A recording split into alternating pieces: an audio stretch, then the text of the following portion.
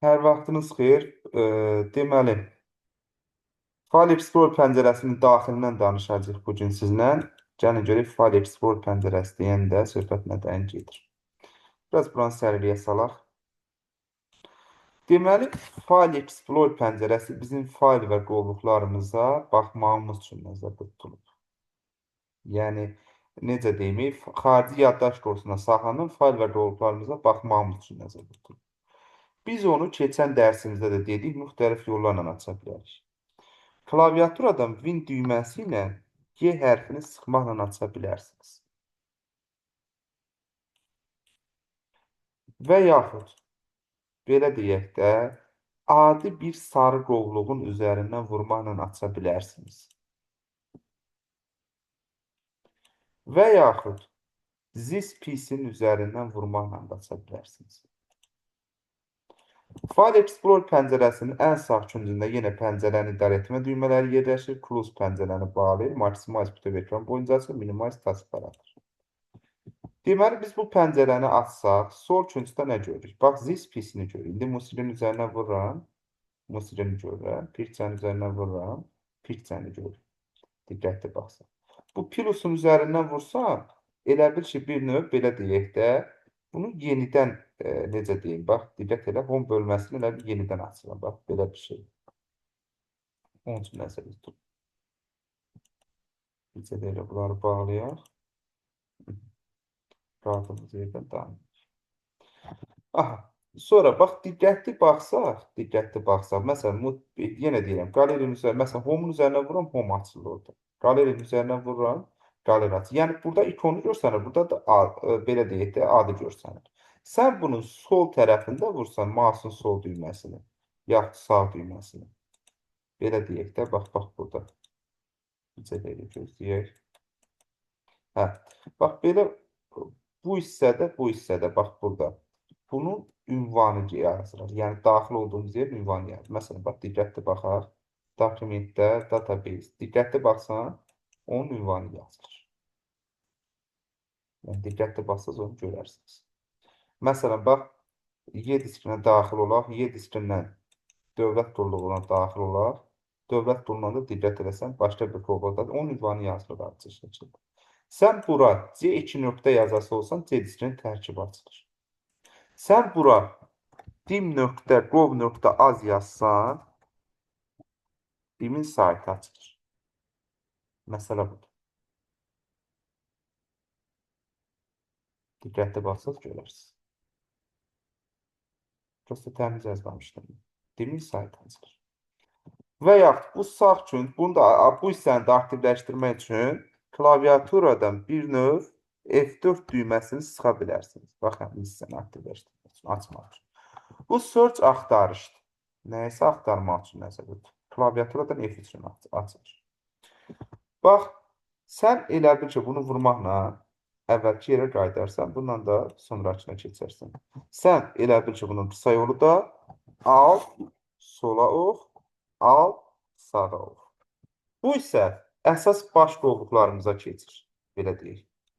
Bax, diqqətli baxsan. Sən bunu klaviaturadan backspace düyməsini sıxmaqla da eləyə bilərsən. Və yaxud alt yuxarı oxu sıxmaqla da eləyə bilərsən. Yadımızda qalsın. Bu refresh əmridir. Yeniləmək deməkdir.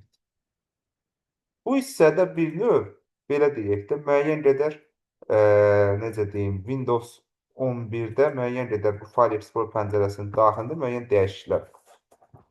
Gəlin görək, mən nə demək istəyirəm. Lazım olacaq bir dənə də bir adi bir sənəd açaq burada.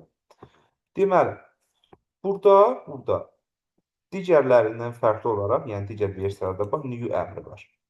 Yeni nəsə yaradırsan, yeni qovluq, yeni Word sənəd, bunu belə deyək də, iş masasının kontekst menüsünə da var ediyorsun. Yeni nə istəsən, buradan yarada bilərsin.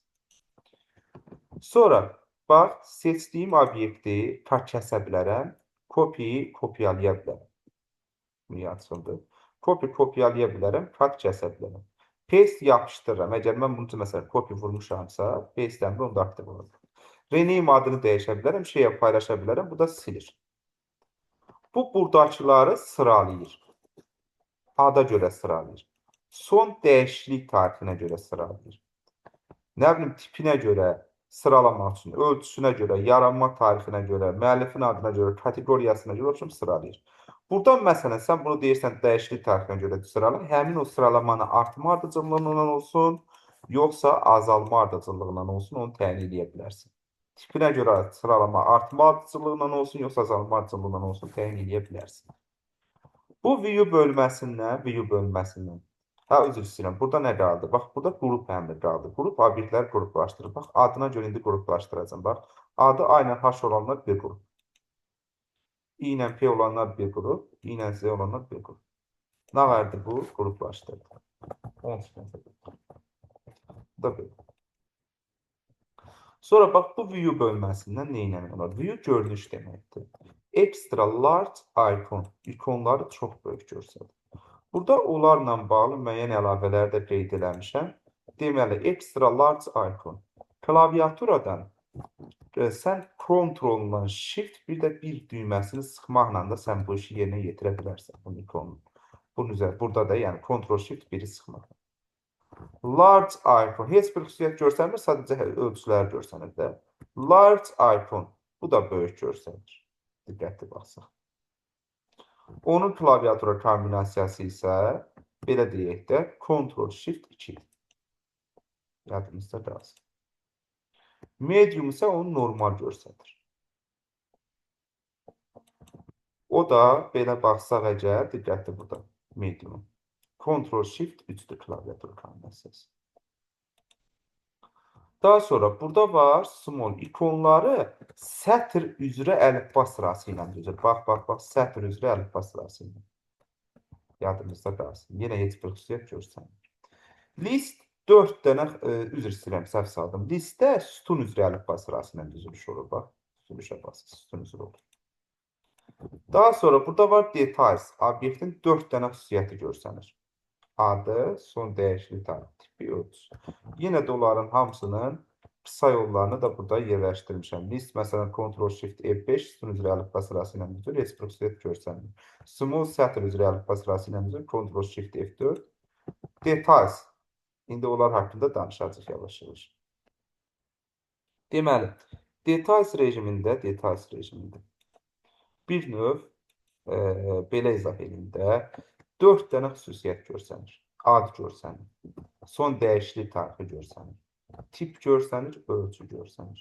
Sizə sual verəcəklər ki, ən çox xüsusiyyət hansı rejimdə görsənir? Deyəcəksiniz details rejimdə. Sizə sual verəcəklər ki, filtr hansı rejimdə tətbiq olunur? Deyəcəksiniz details rejimdə. Məsələn, bax, diqqətli baxsaq indi mən burada, məsələn, filtr nədir? Lazım olan görsənsin.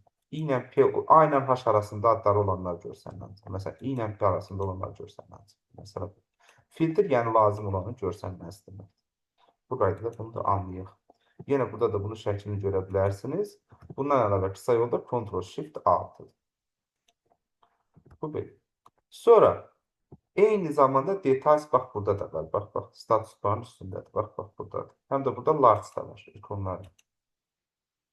Böyük və kiçik göstərir. Large icon böyük görsənir və 4 dənə xüsusiyyət görsənir. Yəni details. Task sağ alt küncündə düşür. Bunların indi hər hansı bir xüsusiyyəti yoxdur deyə, burada bax, sağ alt küncündə olan həcmini görə bilərsiniz və tipini görə bilərsiniz. Bunun da belə deyək də, yəni bir növ tiles'in də qısa yolu tiles'in Ctrl-Shift-7'dir. Content məzmun deməkdir. Məzmun.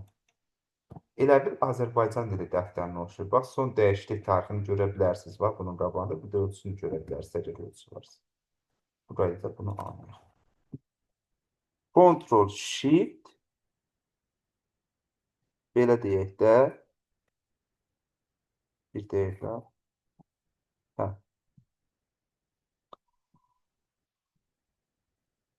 Ctrl-Shift 7 belədir. Ctrl-Shift 8 də diqqət edəsiniz.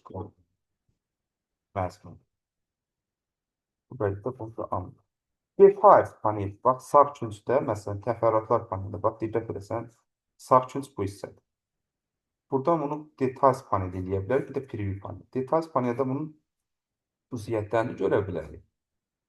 Buradan isə açmadan tərkibini görə bilərik. İndi bunun içərisi boşdur deyə göstərdim. Gözləyin görün, məsələn, Bir dənə dolu qollu fail üzərində onu göstərəcəm sizə. Məsələn, bax, bunu seçdim. Onu açmadan tərkibini indi sağda görməlisiniz. Gördünüz? Məsələ budur. Preview panel də budur. Yəni ön baxış. Bu qaydada bunu da başa düşürük. Sonra burada undo əmri var idi. Sonuncu əməliyyatı ləğv edir. Sonuncu gördüyüm işi ləğv edir. Burn to disk. Undo'nun qısağı Ctrl-Z idi. Diskə yazır. Bu quick access bölməsinə bəlkədir lazım olanımız. Select all, bax. Diqqətli baxsaq, select all hər şeyi seçir. Qısa yolu Ctrl-A. Hər şeyi seçmək üçün. Yadınızda qalsın. Aha. Da yadınızda qalsın.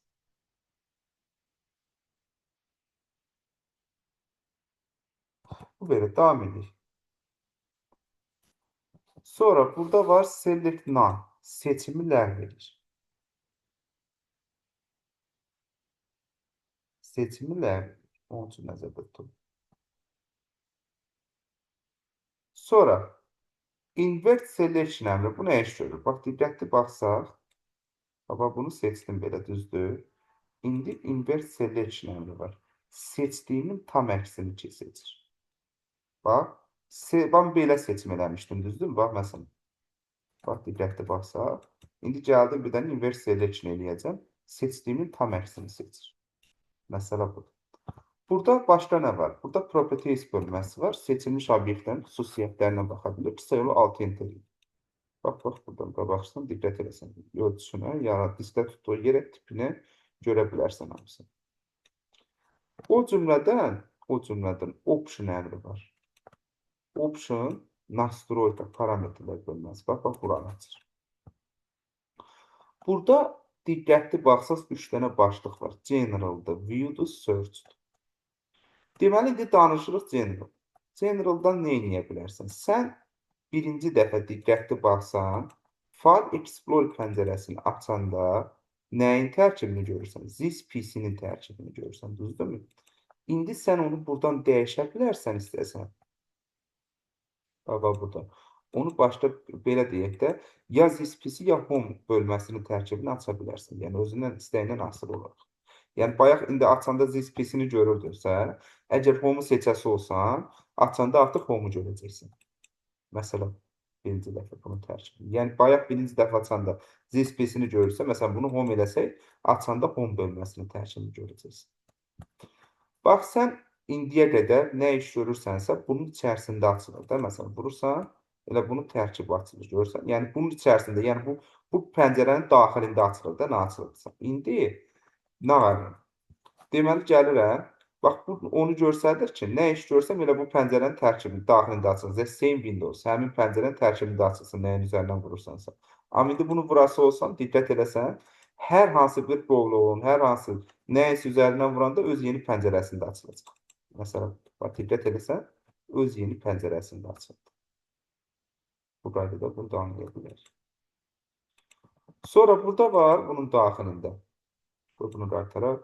İndiyə qədər biz harasa mouse'un sol düyməsini 2 dəfə vurmaqla daxil olmuşuq da. Bax, diqqət elə, 2 dəfə vururam, daxil olur. Amma indi nə eləmək olar? İndi gələrəm bura. Bunu bir dənə belə deyək də. Bax, bunu single click edəyəm. Artıq mouse'un sol düyməsini bir dəfə vurmaqla daxil olacam hər yerə. Bax, diqqətli bax. Altda da belə bir xətt çəkir. Bax, diqqətli baxsa görərsən. Gördüyünüz kimi. Mouse'un sol düyməsini bir dəfə vurmaqla daxil olacaq. Bu belə. Double edir. Bu bölmədən də recently used file. Bu son istifadə etdiyimiz fayllarımızı quick access bölməsində gizlədib göstərmək üçündür. Bu da ən çox istifadə etdiyimiz qovluqlarımız.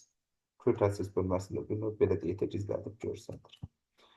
Buradan başqa o qədər lazım deyil. Sonra necə deyim, bu view bölməsi var.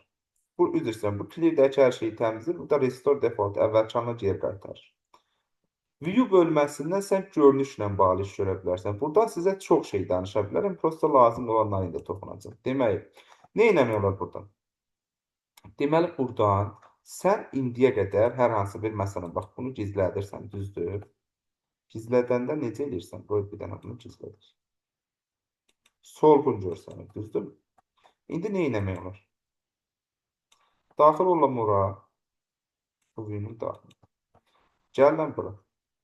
İndi bax, gizlədilmiş obyektimiz hal-hazırda solğun görsənir. İndi bir dənə bunu aktivləşdirirəm. Bax, bu yoxa çıxacaq indi. Bu ümumiyyətlə yoxa çıxacaq. Məsələ budur. Hə, gördünüz, yoxa çıxdı.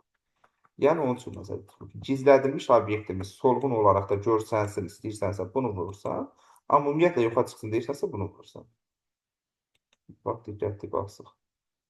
O cümlədən burada faylların genişlənmələri var da, diqqətli baxsaq, məsələn, bu faylların genişlənmələri görsənmir, yoxdur.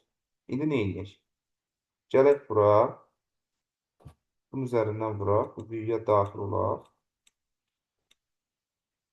Deməli, bax, bunu bir dənə qarşı-qarşısını götürək. Görək nə olacaq.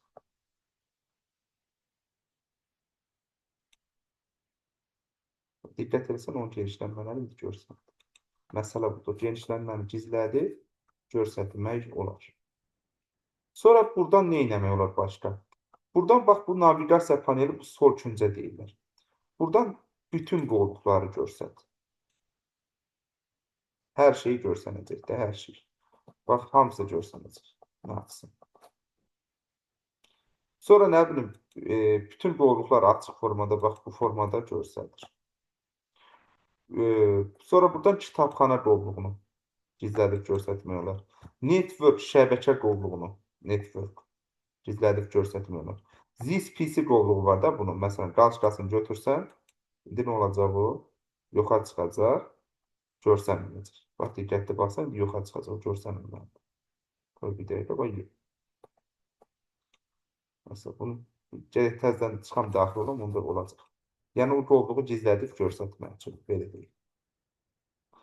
Ümumiyyətlə, buradan da bunu eləmək olar. Bu search bölməsi də axtarışla bağlı müəyyən tənzimləmələrimizi yerinə yetirmək üçün. İndeksli axtarış falan, yəni müəyyən tənzimləmələrimizi yerinə yetirir axtarışla bağlı. Deməli, belə bir şey deyim sizə. Baxın, burada necə deyim? Bax, diqqətli baxsaq, sağa doğru ox işarələri var bəzi qovluqların daxilində. Bu onu göstərir ki, bu sağa doğru ox işarəsi, bu qovluğun daxilində alt qovluq var, yəni başqa bir qovluq var və tərkibi bağlıdır, görsənmir. İndi bir dənə bunu vururam. Onun tərkibini açır və diqqət edəsən ox işarəsinin ağzı aşağı olur. İndi hal-hazırda vəziyyətdə onu göstərir ki, bu desktop qovluğun içərisində, yəni ox işarəsinin ağzı aşağı olmalı. Bu desktop qovluğun içərisində başqa bir qovluq var, desktop qovluğu da açıqdır. Onu göstərir. Və bir də bir şey deyim, hər hansı bir qovluq, hər hansı bir qovluğun daxilində olarsa, həmin qovluğun sağında yerləşməlidir. Bax, new folder desktopun daxilində, new folder desktopun sağında yerləşir. Məsələ budur. Bunu da anlayaq və başa düşürük. Bu aşağı hissədə, bax, burada status bar yerləşir. Buna deyirlər vəziyyət sətri. Bu vəziyyət sətrinin üzərində 2 dənə görünüş rejimi var. Large icon, bir də nədir? Details icon. Ümumiyyətlə, bax, burada da diqqət etsən, deyir, 9 dənə obyekt var. İndi seçirəm, deyir, o seçdiyin obyekt, 9 dənə obyekt var. Necə deyək, 9 dənə obyekt var, onun bir dənəsi seçilib, onun həcmi də deyir 0 byte. Məsələn, bunu vurası olsam, deyir, 9 dənədən yenə bir dənə seçilib, həcmi 388 kilobyte. Buradaydı da, bunu da başa düşür. Bu preview'dur yenə, ön baxış bölməsini gizlədib göstərir. Onun üçün nəzərdə tutulur. File Explorer pəncərəsinin daxilindən də bu qədər. İndi bir də sizə nəyi deyəcəm? Deməli, Windows 11-də standart proqramlar var. Diqqətli baxsaq. Belə deyək də, əvvəllər Windows 10 versiyasında bu fayllar Administrative Tools, nə bilim, belə deyək, aksesuar qovluqları vardı, onun daxilində yerləşirdi. Amma bugünkü gündə aksesuar qovluq olaraq mövcud deyil, yoxdur. Yadınızda qalsın. Windows Tools, yəni Administrative Tools köhnə adı Windows Tools-da isə bu gördüyümüz qovluqlar, belə deyək də, bir növ proqramlar yerləşir. Karakter map, simvollar xəritəsi, kontrol panel, belə deyək də, müəyyən qədər utilitlər, hamısı bax, burada yerləşir. Diqqətli baxsaq. Amma Windows'un özünün standart proqramları var. Yenə deyirəm, aksesuarsın özü standart olaraq mövcud deyil. Yəni qovluq olaraq mövcud deyil hal-hazırda. Bunlar da bu proqramların özü elə start menünün tərkibində dağınıq formadadır. Snipping tool proqramı var ekranın şəklini çəkmək üçün. Bax, bunu mən özüm də istifadə edirəm. Ekranın şəklini çəkmək üçün unutdum lazım hissəsini. Win-Shift-S sayılır. Notepad var, ən sadə mətn redaktorda. Mətnlə işləmək üçün. WordPad var. Bu mətn prosessordur. Biraz Notepaddən imkanları daha çoxdur. Paint var, ən sadə qrafik redaktor, şəkillərlə işləmək üçündür. Kompilator var, hesablamaların aparılması üçündür. Steps recorder və qeydlərin alınması üçündür. Remote Desktop Connection var. 2 nəfər elə bir, belə deyək də, bir layihə üzərində qarşılıqlı şəkildə işləməsi üçün də onlayn şəkildə. Windows Fax and Scan var. Fax və scan qurğularımızın müəyyən təzminələri aparılması. Modifə ekran lupasıdır. Win+ onu yaxınlaşdırmaq üçündür, yaxınlaşdırır. Win- nə var? Uzaqlaşdırır. O bildiyimiz ekran lupası. Win-Escape-də bu rejimi deaktiv edir. Narrator səsli idarə var. Quick Assistant uzaq məsafədən başqasının kompüterinin idarə olunması var. Nə bilim, bu da ki, bizim səsli idarəmizdir. Yadınızda qalsın. Narrator səsli idarə deyəndə elə bil ki, necə deyim, hara daxil olursan sənə deyir. Amma bu isə səsli deyir də. Bu voice recorder yazılırsa birbaşa səsli komanda vermək üçündür. Belə deyir. Yenə deyirəm, bunlar bugünkü gündə köhnə vaxt aksesuarsın içərisində idi. Amma hal-hazırda elə deyil. Hal-hazırda aksesuars qovluğu yoxdur. Bunlar elə start menüsündə dağınıq formadadır. Bu da belə.